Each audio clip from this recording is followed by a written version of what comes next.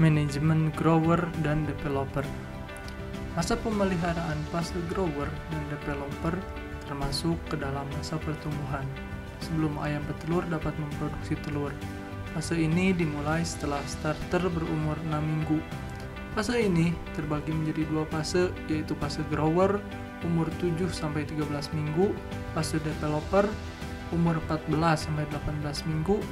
Pada periode ini, sistem produksi ayam mulai tumbuh dan sistem hormon mulai berkembang dengan baik. Hal ini sangat erat kaitannya dengan dua faktor, yaitu ransum dan cahaya. Manajemen pemberian pakan dan minum. Fase grower memiliki tingkat fase pertumbuhan sudah sangat menurun dibandingkan starter. Akan tetapi, konsumsi ransum terus bertambah. Ayam dari fase starter secara berangsur dilakukan pengalihan pemberian pakan untuk grower. Hal tersebut guna mencegah stres dan untuk mendapat kriteria yang baik.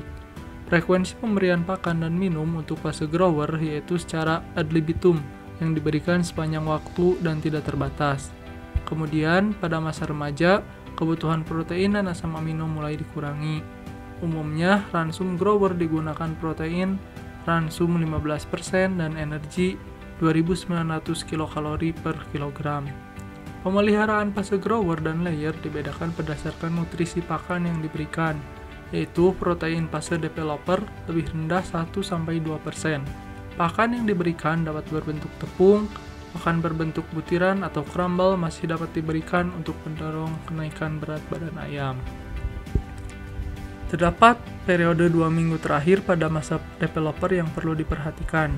Pemberian pakannya harus memasukkan kalsium seperti batu kapur, hal ini untuk mempersiapkan ayam darah yang masih belajar. Kontrol nutrisi dan recording. Recording dilakukan dengan penimbangan berat badan 2 minggu sekali, supaya ayam tetap sesuai dengan berat standar. Apabila ayam terlalu gemuk, hal seperti ini tentu membuat total produksi akan menurun dan angka kematian akan meningkat, dan ayam akan mencapai dewasa kelamin secara cepat. Maka, perlu dilakukan metode pembatasan ransum pada saat fase pertumbuhan agar ayam tidak terlalu gemuk. Salah satunya yaitu dengan mengurangi jumlah ransum yang diberikan dan membatasi waktu pemberian ransum. Pada perusahaan, ayam biasanya dapat dipuasakan sehari dalam 7 hari pemeliharaan. Ada juga yang tidak memberi makan 2 hari dalam seminggu. Untuk mengetahui berat badan pada ayam, tidak perlu semuanya ditimbang, tapi cukup mengambil contoh 10% dari jumlah ayam yang ada. Dari hasil penimbangan ini, kita dapat mengetahui apakah ayam yang kita pelihara terlalu gemuk atau tidak. Selanjutnya, apabila kita akan memindahkan ke kandang produksi, pada saat seleksi fase pertumbuhan, maka kita perlu mengetahui berat badan yang terendah dan yang tertinggi. Bentuk dan mekanisme sangkar pada fase grower dan developer. Kandang baterai grower bisa meningkatkan performa ayam petelur masa grower untuk mempersiapkan produktivitas telur pada masa layer. Manfaat dari penggunaan kandang baterai pada grower adalah untuk mencapai berat badan awal yang sama dan uniformity berat badan dapat mencapai 90%. Berat badan yang seragam, maka mulai masa bertelur akan bersamaan dan mencapai puncak produksi telur secara bersamaan juga. Kandang baterai fase grower memiliki bentuk persegi panjang dengan ukuran 60 x 40 x 40 cm.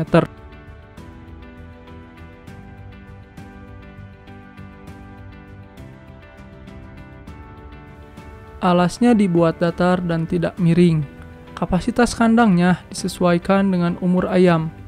Pada usia 6-8 minggu berisi 8 ekor per kotak. Umur 8-12 minggu berisi 6-7 ekor per kotak. Dan umur 12-18 minggu berisi 5 ekor per kotak. Pengaturan kapasitas kandang sendiri digunakan untuk yang pertama, kasus kanibalisme. Ayam saling mematuk satu sama lain menjadi tidak ada. Yang kedua, ayam mendapat kesempatan dan jatah pakan yang sama. Yang ketiga, standar berat badan yang dikehendaki akan masuk secara bersamaan. Yang keempat, ayam mudah dikontrol saat dilakukan vaksinasi dan pengobatan. Manajemen vaksinasi dan obat-obatan. Untuk mencegah timbul penyakit unggas menular, yaitu dilakukan vaksinasi. Bila perlu, diberikan vitamin dan obat-obatan. Selain itu, kasus ayam mati dapat segera dibuang pada tempat pembuangan khusus dan sakit segera diobati atau dikarantina. Program vaksinasi dan penjadwalannya yang dapat diberikan kepada ayam grower salah satunya ialah vaksin ND Lacosta pada umur 90 hari.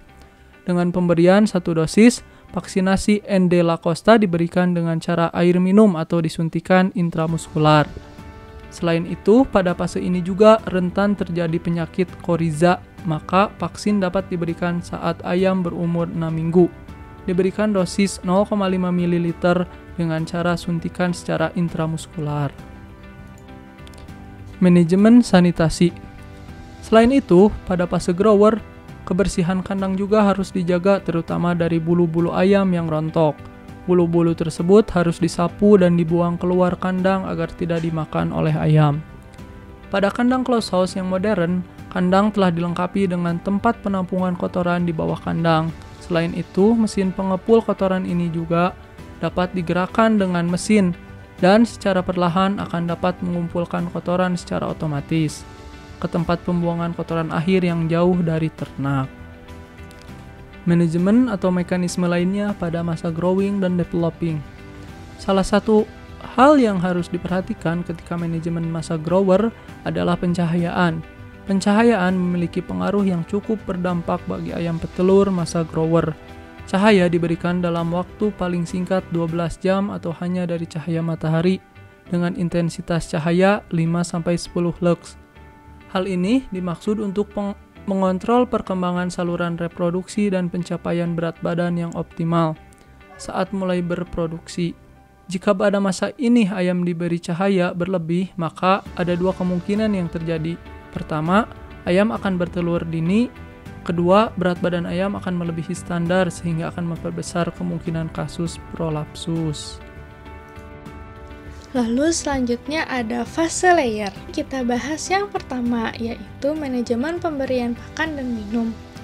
Pemberian pakan dapat dilakukan dengan 2 cara, yaitu secara ad libitum yang diberikan sepanjang waktu dan tidak terbatas. Lalu selanjutnya ada restricted feeding, yaitu pemberian pada waktu dengan jumlah tertentu dan terbatas. Tempat pakan dan minum untuk kandang sistem cage umumnya berbentuk trough atau memanjang. Air minum harus tersedia secara terus-menerus selama pemeliharaan ayam petelur, karena penyediaan air minum yang tidak konsisten akan berdampak pada terjadinya dehidrasi yang dapat menyebabkan menurunnya produksi telur.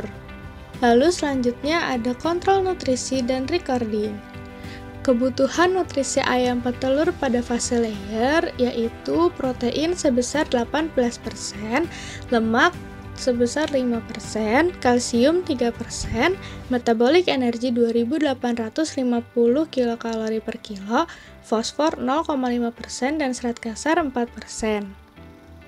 Lalu ada recording, isi dari buku laporan, yaitu bobot badan ayam petelur mingguan, jumlah pakan atau feed intake, mortalitas, produksi telur, pelaksanaan vaksinasi, dan pemberian obat-obatan.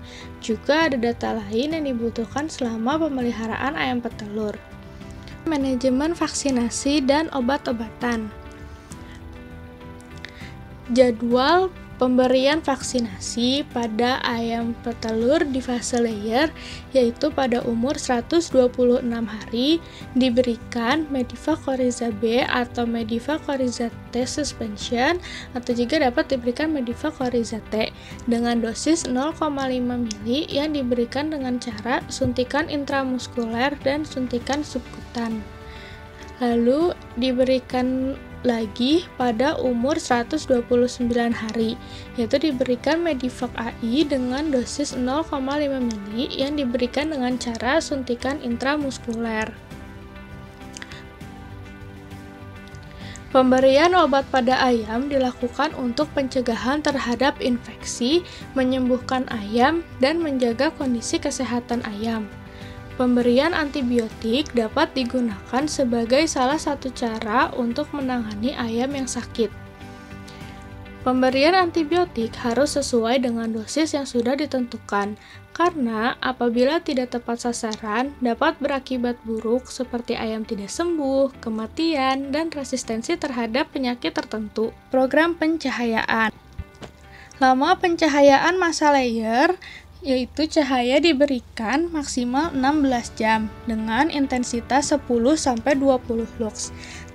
Terdapat ketentuan terkait penambahan cahaya pada masa ini, yaitu pastikan berat badan ayam sudah mencapai standar saat memulai penambahan cahaya. Yang kedua, ada penambahan lama pencahayaan dilakukan secara bertahap, yaitu bertambah setengah jam setiap minggunya, terhitung saat ayam pertama kali bertelur hingga akhirnya mencapai 16 jam.